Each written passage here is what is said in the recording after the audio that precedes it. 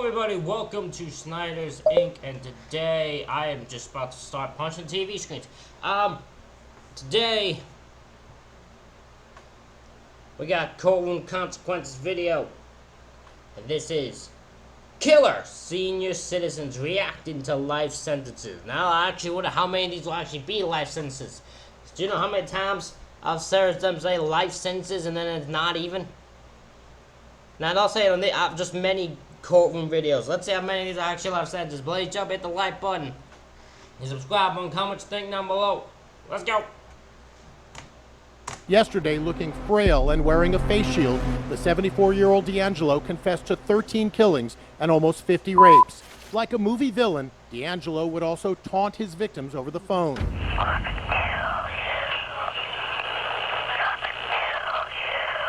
You have forfeited your right to live at all. You shall be executed in a method provided by Florida law.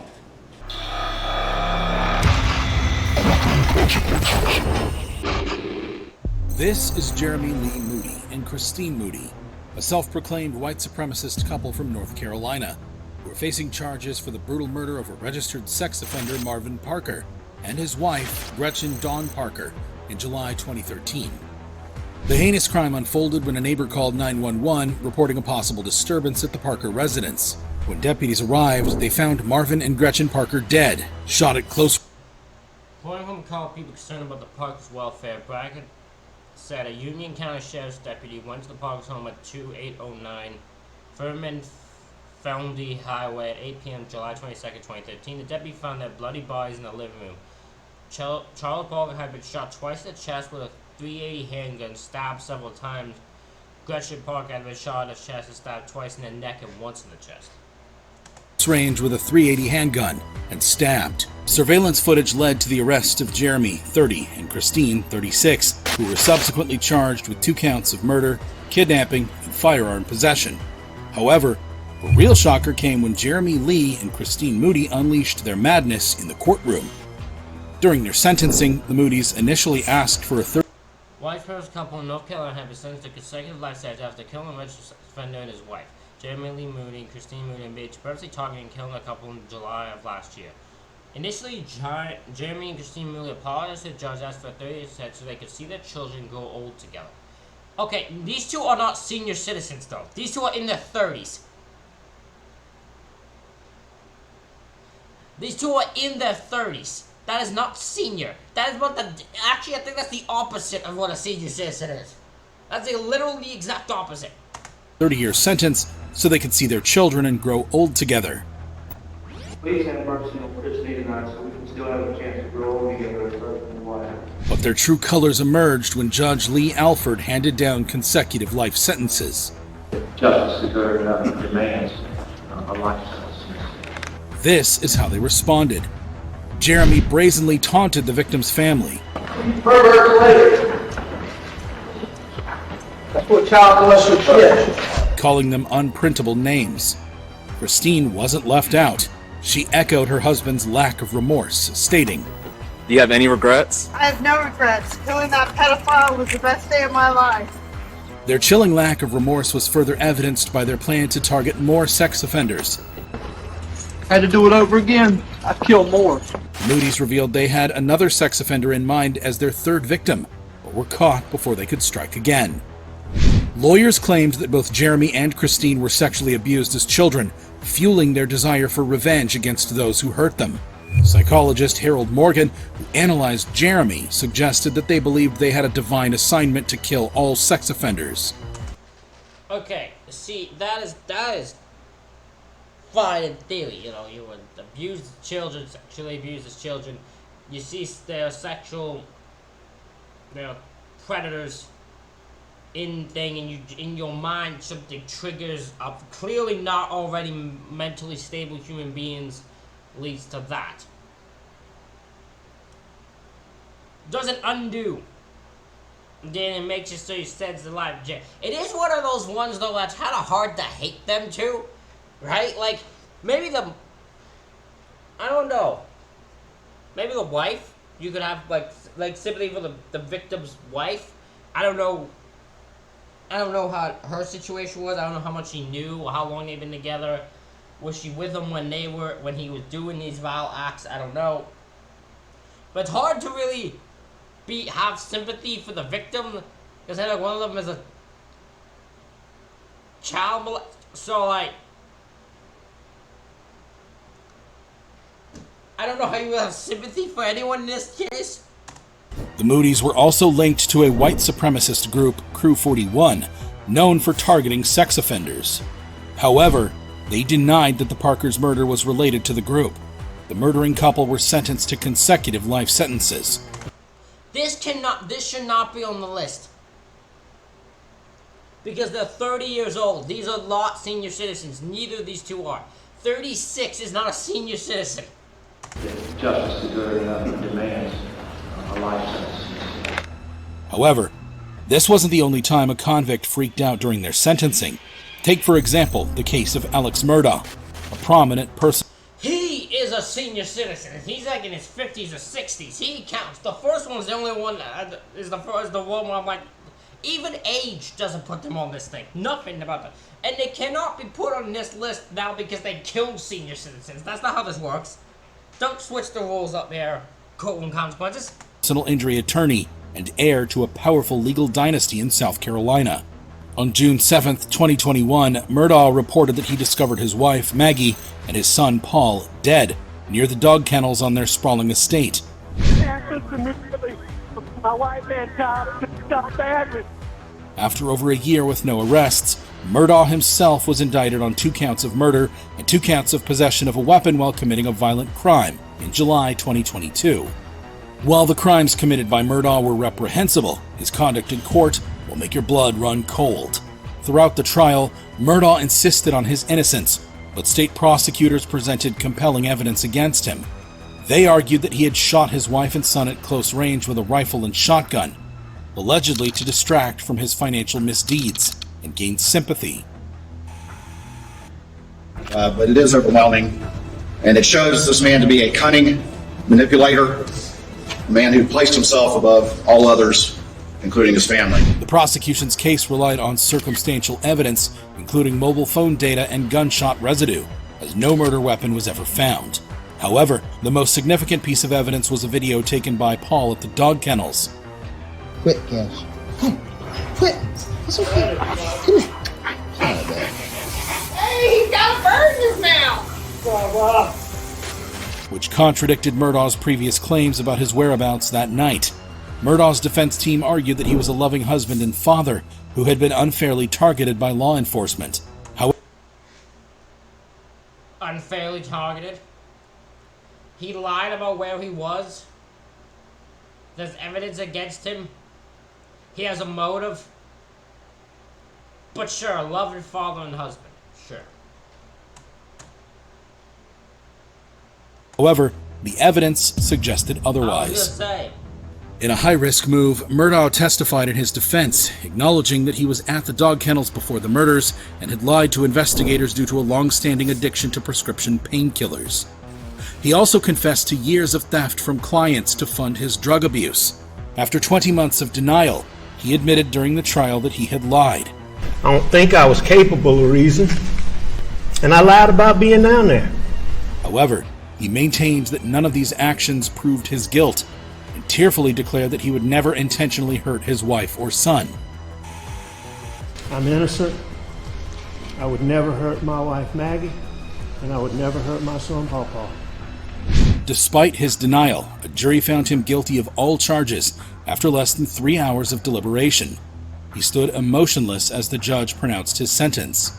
This is a case where I was all like, news just showed it. I couldn't go on any YouTube thing without seeing it. Looking up, finally got sentenced, put away. On each of the murder indictments, in the murder of your wife, Maggie Murdaugh, I sentence you for the term of the rest of your natural life for the murder of Paul Murdaugh, whom you probably love so much. He now faces 30 years to life in prison without parole, as prosecutors decided not to pursue the death penalty. However, while Murdaugh's reaction was shocking, It's nothing compared to the utter mayhem caused by Joseph DeAngelo in court. Joseph James DeAngelo Jr., born November 8, 1945, is an American serial killer who terrorized California from 1974 to 1986. He committed at least 13 murders, 51 sexual assaults, and 120 burglaries. Yep, this guy's already crazy. Already crazy. 13 murders, 51 rips, and 120 burglaries. From 1974 to 1986, so in 12 years. He did pretty much a murder in every year. He's a former police officer?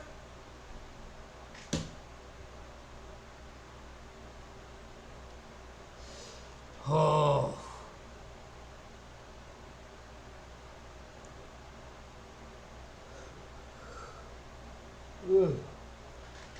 This guy's messed up. Oh, he definitely sends a lot. I mean, he looks like he's in his 70s. I'm pretty sure is what he said, 70-something-year-old. So, I mean, he died in prison. They sentenced him to like 20 years. He died in prison. Leaving a trail of fear and devastation in his wake. Throughout his crime spree, he earned different nicknames in the press, including the Visalia Ransacker, the East Area Rapist, and the Night Stalker. During the decades-long investigation, law enforcement faced numerous challenges as they sifted through suspects and false leads. After years of intensive efforts, a breakthrough occurred in 2018, when investigators charged Joseph DeAngelo with 8 counts of first-degree murder, based on DNA evidence and forensic genetic genealogy. The announcement also connected DeAngelo to the Visalia Ransacker crimes. The true shock lies not in the crime itself, but in DeAngelo's jaw-dropping behavior during the sentencing. Due to California's statute of limitations on pre-2017 rape cases, DeAngelo could not be charged with the rapes he committed in the 1970s. However, he faced charges for 13 related kidnapping and abduction attempts. In June 2020, DeAngelo pleaded guilty to multiple counts of murder and kidnapping as part of a plea bargain that spared him from the death penalty. But the district attorney still believed he deserved the death penalty. I honestly believe that this person, not even a person, this beast, deserved the ultimate punishment of death. Several family members of his... So here's the thing, right? If I'm 70 years old, and I'm finally caught and I'm sentenced and I'm really like this, I'm like, listen, just sentence me to death. Just sentence me to, I'm gonna die in prison anyways, right? I'm gonna die at some point soon anyways. We're in the 70s. These people, the people who have dealt with this would love to see me die. I don't even say, I'm like, don't kill me with like a needle or something. No. Put me away the most brutal way you can think of. But just put my life to bed. Let's end this damn thing. We all don't need this. This ain't going. Let's end this here. Victims read emotional victim impact statements. My father caught him twice staring in my bedroom window and tried to chase him down, but was unable to catch him. He was wearing a ski mask and pointing a gun at me, saying that he was taking me with him and that if I made any noise, he would kill me.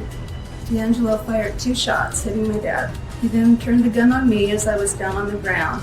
My only thought was, this is it. And put my head down, expecting him to kill me. After listening to victim impact statements during the sentencing, DeAngelo only offered a brief apology. I've listened to all your statements, each one of them, and I'm really sorry to everyone I've heard. Thank you, Your Honor. On August 20... Let's be honest here, right? I feel like this is what he did. He did the apology, probably truly feeling sorry. But he is 70 years old. All emotion is gone. He is a cold-hearted man who just... He couldn't offer a genuine apology because he just doesn't have the emotion to, but he also couldn't offer a genuine apology because he knew probably deep down it didn't matter. It did not matter what apology he gave. It doesn't matter at the end of the day to those families. So he just didn't bother. But he just gave the apology he felt he could give. 1st, 2020, DeAngelo received multiple consecutive life sentences without the possibility of parole. However, just when you thought you'd seen it all, another convict surpasses DeAngelo's wild courtroom display. Enter Armin Meiwes. In March 2001, Meiwes posted an advertisement on a now defunct website for people with cannibalistic fetishes, seeking a willing volunteer to be slaughtered and consumed. Bernd Jorgen Armando Brandes, a 43-year-old engineer from Berlin, responded to the disturbing ad. They met at Meiwes' home, where they recorded a horrifying video of Brandes consenting to have his penis amputated and consumed. Tragically, Brandes also ingested a lethal combination of pills and cough syrup. After the mutilation, Meiwes killed Brandes by stabbing him in the throat. Then I took the knife, grasped it in my hand, and after hesitating some more, I cut his throat with it. And hung his body on a meat hook. He proceeded to dismember and consume the corpse over the following 10 months, storing the remains in his freezer under pizza boxes. The shocking case came to light in December 2002, when a college student noticed Meiwes' new ads for victims online and alerted the authorities. In January 2004, Meiwes was convicted of manslaughter and sentenced to 8 years and 6 months in prison, a decision that garnered significant media attention. During his trial, he admitted to cannibalizing Brandes and expressed regret for his actions, hoping to deter others from following a similar path. That this can never be the right way. The wishes, the fantasies you have, that these can never ever be fulfilled. However, in April 2005, a retrial was ordered, and Meiwes was reconvicted of murder in May 2006. A psychologist's assessment indicated that he still had fantasies about devouring the flesh of young people and could reoffend. He received a life imprisonment sentence for his heinous crime. However, while some may attribute Meiwes' reaction to mental illness, it pales in comparison to the unfathomable behavior of Mark Latunsky. Mark Latunsky, a 52-year-old man, charged for the horrific murder of his Grindr date, Kevin Bacon, on December 24, 2019. I'm sorry, who the fuck has the last name Bacon? Who the fuck has the last name Bacon? That cannot be his actual... He's using identity, so that is not his actual name. There is no way that is his actual name. Latunsky and Bacon met through the Grindr dating app, and Bacon's body was later found in the basement of Latunsky's Bennington Township home on December 28, 2019. The discovery came after Bacon's roommate reported him missing when he didn't show up for Christmas breakfast. During the trial, it was revealed that Latunsky pleaded guilty to the gruesome murder, admitting to stabbing Bacon in the back and slicing his throat. Did you use a knife to stab Mr. Bacon? Yes, I did. Even more shocking was Latunsky's admission to consuming parts of Bacon's body, including one of his testicles. I don't know if he's meant, but he has the 1,000-yard stare in his eye. He is just gone. It seems like he's hearing. He's not there. Like visually. Maybe he is back, like mentally he's back at that night and he's replaying what happened, which is even more sick. When she talks about what's going on, he's there. Mr. Bacon was dead. Did you remove part of his body, specifically his testicles? Yes, I did. In court, Bacon's family expressed their anguish. But because of someone who decided to take our son's life, that isn't the case for us. Only 25 years old and had a great career as a hairstylist and hadn't been able to graduate from U of M in psychology, even though they were kind enough to honor him his degree. Such a short life for our son, who had a lot to do in this world still. Latunsky's criminal history was marred by encounters with the police before Bacon's death. In some incidents, individuals managed to escape from his home, describing him as a terrifying and dangerous person. Despite these alarming incidents, Latunsky was not charged, leaving a trail of missed opportunities to prevent the tragedy. he was eventually sentenced to life in prison without the possibility of parole. The case exposed Latunsky's mental health issues, including major depression, paranoid schizophrenia, and traits of personality disorder. His ex-wife and former husband were aware of his history of mental illness, which led to his hospitalization. However, they could not force him to seek consistent treatment, leaving him to stop taking his medication. In court, the judge has some words for him. Serious sentence, that of life with no possibility of parole. Latunsky remained unremorseful as he was sentenced. If you thought these reactions were shocking, you'd be amazed at this. Ladies and gentlemen, that is it. No. Ladies and gentlemen, that is it for this reaction video. Let me know what you think in the comments. Hit the like button, hit the subscribe button. Thank you all for watching. I'll see you all for the next one.